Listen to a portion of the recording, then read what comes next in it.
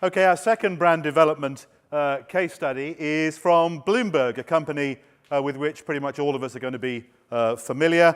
And we're going to hear why Bloomberg put Businessweek, a media property with which those of us that have been around for a while can remember for a few years, and is now at the heart of what Bloomberg is doing in terms of media. And to tell us all about that, please welcome the editor of Bloomberg Businessweek, Megan Murphy. Megan.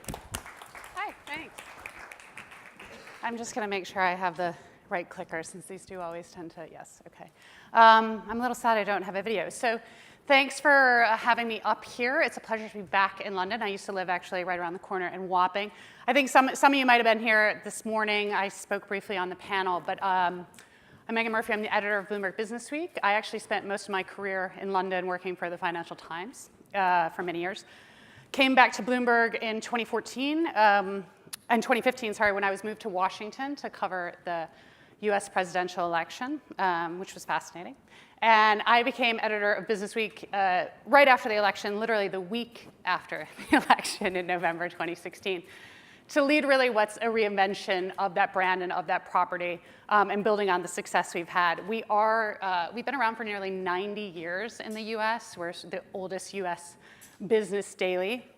We have global reach, and when I talk about this, it's a case study. I was amazed this morning listening and hearing about stables of magazines that are dozens and dozens of titles. This is a pretty small case study of one title and what we've done, but what the sort of learning lessons are there, what the curves are, and what the issues have been, and why we are putting it at the heart of our media strategy. Just for people who aren't as familiar with Bloomberg, a lot of people know Bloomberg as primarily something used by financial traders. It's best known for its terminal. We have 325,000 terminals throughout the world, which is an immense source of data that's used by data, news, almost everything you could want to really enable financial professionals.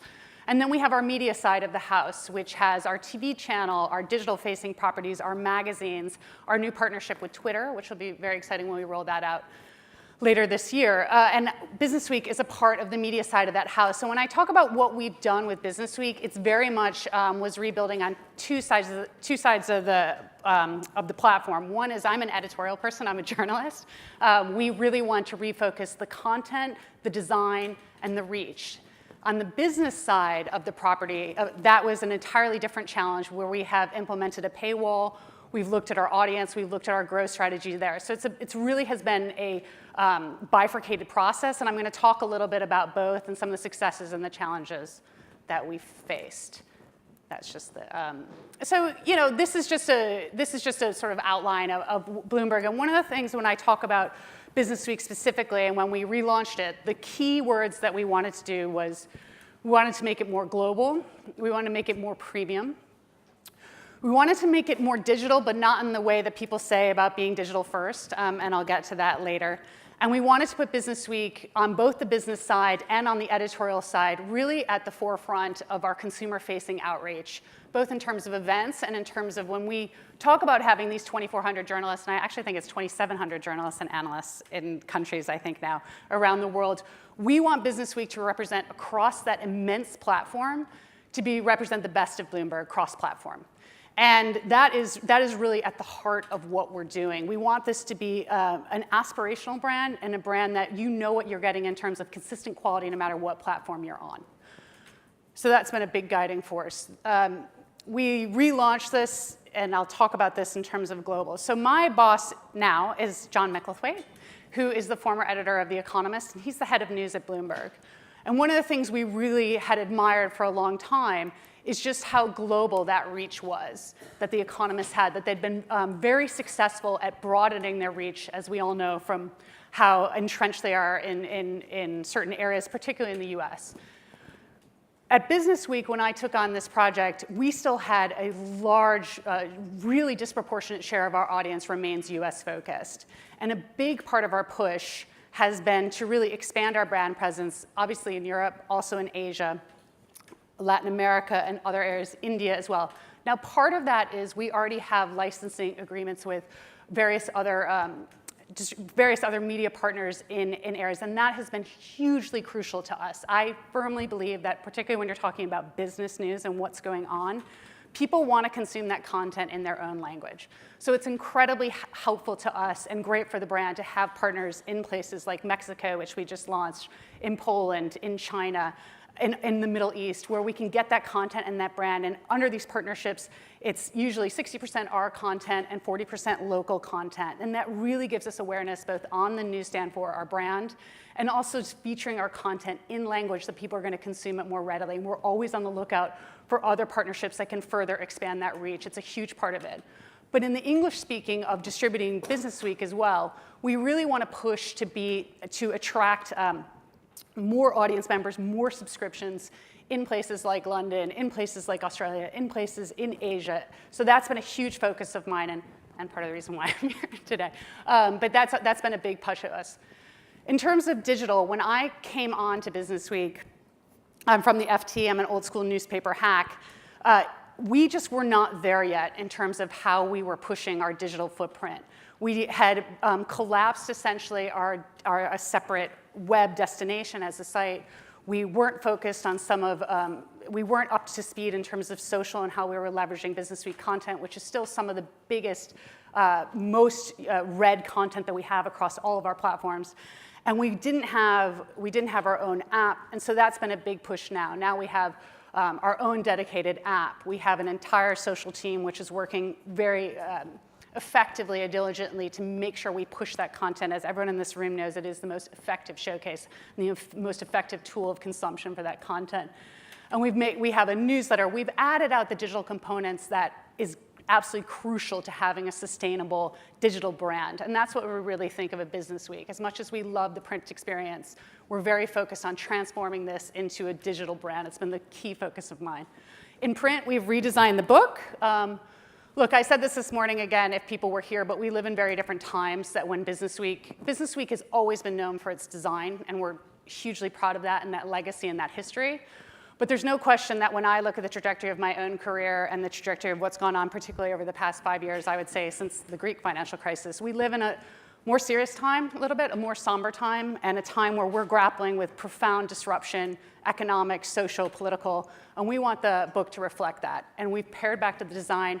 And most crucially, I think, for this brand and this case study is we've unified the design across all our platforms. So our TV show, our print magazine book, our digital website, our app, our newsletter, when you get it, no matter where you are, what time of day, where you're consuming that, what platform, it's distinctly Businessweek. And then on broadcast, I'll talk quickly. We have our TV show. It's on Saturdays at 2 p.m. in the US. I don't know when it's played internationally, but where we talk about the book every week. And then obviously with events, I didn't know that my picture was there, but we have put Businessweek at the core of our event strategy, including our flagship events like the year ahead, our Bloomberg 50, which we're releasing this year, which will be the first time that Bloomberg's ever done. It's a list like this. It's 50 people who've really changed the landscape of business in 2017. We're really excited about that. But again, as I said, this all goes to the heart of the brand of representing the best of Bloomberg across platform, no matter what medium we're traveling in. So this is how we're viewing this as transforming into a digital property and how we see growth. Obviously, huge drivers of mobile traffic, which is why we've invested so heavily in the app, website, digital growth, acquiring digital subscribers, and our social team. That's an advertiser thing. And I just wanted to show you, this is an example of what I was saying. So since I became editor, this was actually last week's cover in Europe. We've diversified our covers. We now release much more frequently an Asian cover, a European cover, and a US cover. We want to make sure that in those markets for the biggest story, obviously that's about the Catalonia breakup there. This is our Sooner Than You Think.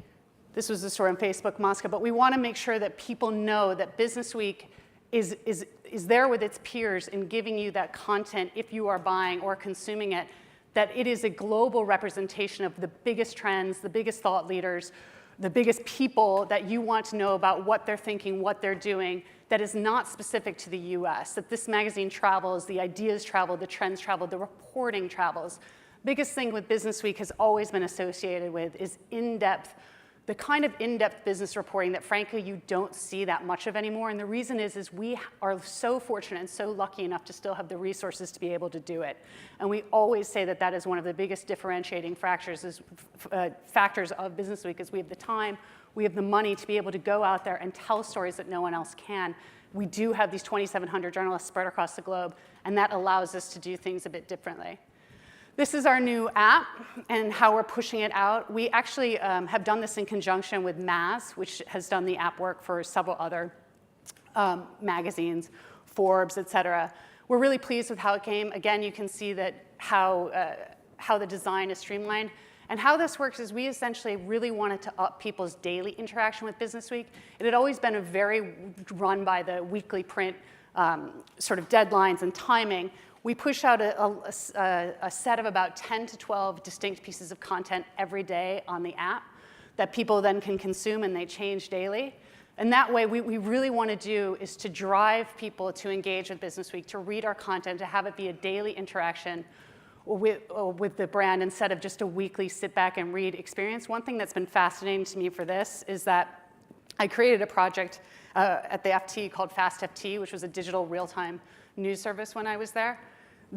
What has been so fascinating to me about this, which was constantly updated, is when we send out the push alert saying that your daily Businessweek is there, the engagement level spikes so high in terms of drawing people in and getting them to engage. It goes up 120% in terms of people who are using our app just when we send out the push alert. We're still finding sort of these old-fashioned, what we would consider old-fashioned traditional ways of really reaching people in a mobile environment are proving incredibly effective to us, and that's been a huge learning lesson for us in how we effectively mobilize and use push notifications, which is something that we're still working on. This is also the daily, newsletter. Again, speaking of traditional formats, the newsletter for us remains the killer app in terms of driving subscription and consumption. I have been amazed and continue to be amazed by the success of Political Playbook, of Axios, of Mike Allen, a good friend of mine in Washington, and how much that can drive engagement with content when it is an email. We still find that email remains a killer moment. This is about Theresa May, and it's not a very nice one, so you don't read it, but it's written by me every day. But I do think that this is something that we always are using. Originally, we had thought of this as a subscription-only component, and we're constantly thinking about how we can surface that more to drive subscriptions and drive subscriptions up. This is just an example when I talk about premium and making the book more premium. Businessweek has always been known for its design. We've shifted the design. We've made it more substantive, more focused on premium photography. We've added in Pursuits, our luxury brand. I've always believed that Bloomberg should be a huge player and continues to be a huge player in the luxury brand space, having come from the FT and how to spend it. Pursuits tells amazing, wonderful narratives about this, and it has the kind of deep reportage that we really love at Businessweek, and that's been a huge compliment to us. They do things, hypercar, that car cost $240,000. This is, again, the TV show, which we're looking to expand the reach and actually to expand on our narrative ability to tell storytelling in different ways. And finally, I wanted to talk a little bit about live. This is our events portion of the business.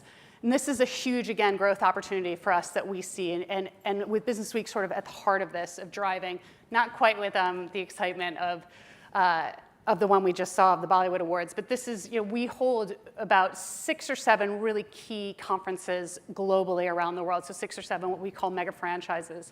And these are something where we want to be at the forefront and really driving Businessweek, the brand, again, the engagement, and putting us at the center of that. We just hosted our Global Business Forum in New York, where we had Macron, we had Tim Cook, we had a wealth of people, and Businessweek, again, as the sort of best of what the brand is. I mentioned the Bloomberg 50 and what we'd be doing with that. In terms of the business side of it, the year ahead is another one. In terms of the business side of this, I don't have a slide on this, but when we put in the paywall, the biggest thing we did, we have now, Businessweek is paywalled, and we have a 2 to register, 4 to subscribe barrier. We found that as much as 95% of our audience was not engaging past the 2 article limit, which meant that was a natural inflection point for us to put that subscription barrier in. We're still, and driving people into that paywall has been a key part of that. Again, and part of the brand reinvention has been using products like the app, like the newsletter, to essentially drive people towards that paywall. We increased the price of the book, and we also took our rate base down. From about $1 million to about $600,000. That was a cleanup, which we've recently seen even this week that Time magazine has talked about. So in terms of everything that we're doing, in terms of the editorial side, you've seen a lot of that. In terms of the business case, we're always looking for opportunities to really expand our footprint in Europe, in Asia, in other places, and basically getting more people to, God, I only have 38 seconds left. That was fast. And to subscribe to the magazine. I want to keep it on time. But I'm happy to answer any questions about this case study and have anyone, if anybody has anything. I'm also happy to talk US politics if anybody has a question. Oh, there's a question. Yes, hi. Hang on, let's just get the Oh, wait, sorry. catch box down. I don't know the rules. Yeah, now someone has the catch You can box. probably just say it. I'll repeat what you say. There it is. Hang on, it's coming. All right, sorry. What is that? Sorry. Hey. Good throw. Who else? You have Hi. a workplace liability lawsuit there. And Hi, I'm Kali, and I work with the India Today group. And a wonderful presentation about how you are taking a print product into all these different areas and platforms. What I want to ask you is, what is a challenge that you have faced with your editorial team to get them to do a daily newsletter and to do 10 pieces of content for mobile and also do a TV show? Because that's one thing we really struggle with. So that's a really good question. Did you notice whose name was on the bottom of that newsletter?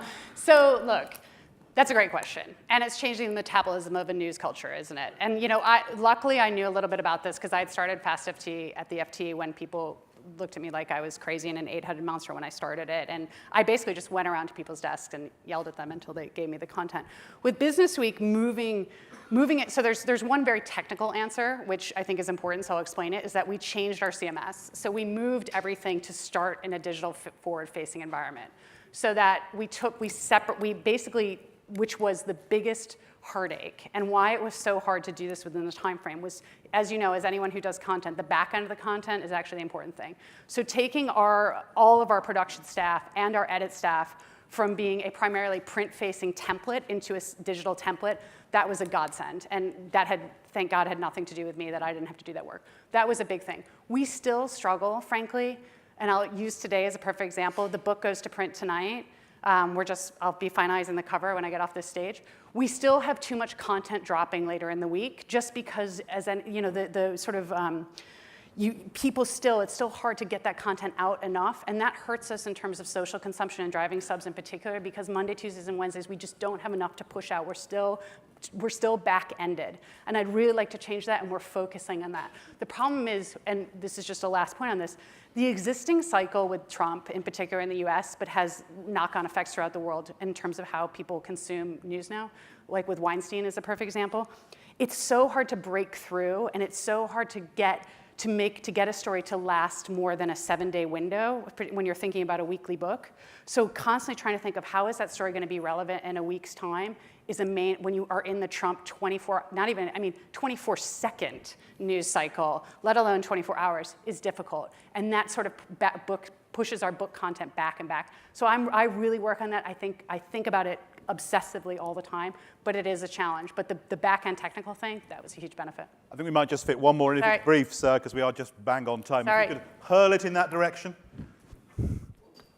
Okay, this thing is freaking me out. I hope it's not heavy. Hi, I'm George Mikhail. Two very quick questions. Okay. One, please, sir. Sorry. One. Okay. You mentioned you have invested in a new app. Uh-huh. However, what's your take? How do mobile users consume your product, through an app or through a responsive website? So we have the traditional breakdown that most peer publishers do, which is that we find take up at about 15 to 20% in terms of the app, and the rest still going through our mobile site. The problem with that for us, and I'm being candid here, is that the app is a better showcase of the daily content. So we're always working to think about how can we migrate more people to the app, just because it's frankly a better experience, it's more relevant, and it's more immediate. Whereas with our website, because it's an offshoot of how we would do a sort of traditional homepage, sometimes things are surfaced differently at different times of the day. So that's also been a work in progress. We would like to migrate people toward an app, but we cannot, even with our marketing and our push and our focus on it, it has been difficult for us to take that number up sort of in a much different way than our peer publications were. I think it will happen over time. I actually think bigger iPhones, tablet consumption still will drive that over time. And again, it's just getting the knowledge. We never had one before that was doing daily content. And I'm constantly hammering home just awareness and making people know about this, particularly in places other than the US, that hopefully will help drive that number up as well. I'm sorry, I'm afraid that's all the questions we have time for. No, thank you. And I'd like you now, please, to thank Megan Murphy for the great case study. Thank you. Okay, in 1 second, we'll break for coffee. When we come back, there are only 2 tracks. Main stage, What's Next for Storytellers, round the corner, Power of Influences. Do not forget, Press Reader, Creatio, and FIPP stands over there in the marketplace. There are competitions and special offers, and the winners will be announced at the end of today by James Hughes. So 20 minutes for coffee and back in at 3:20. Thank you.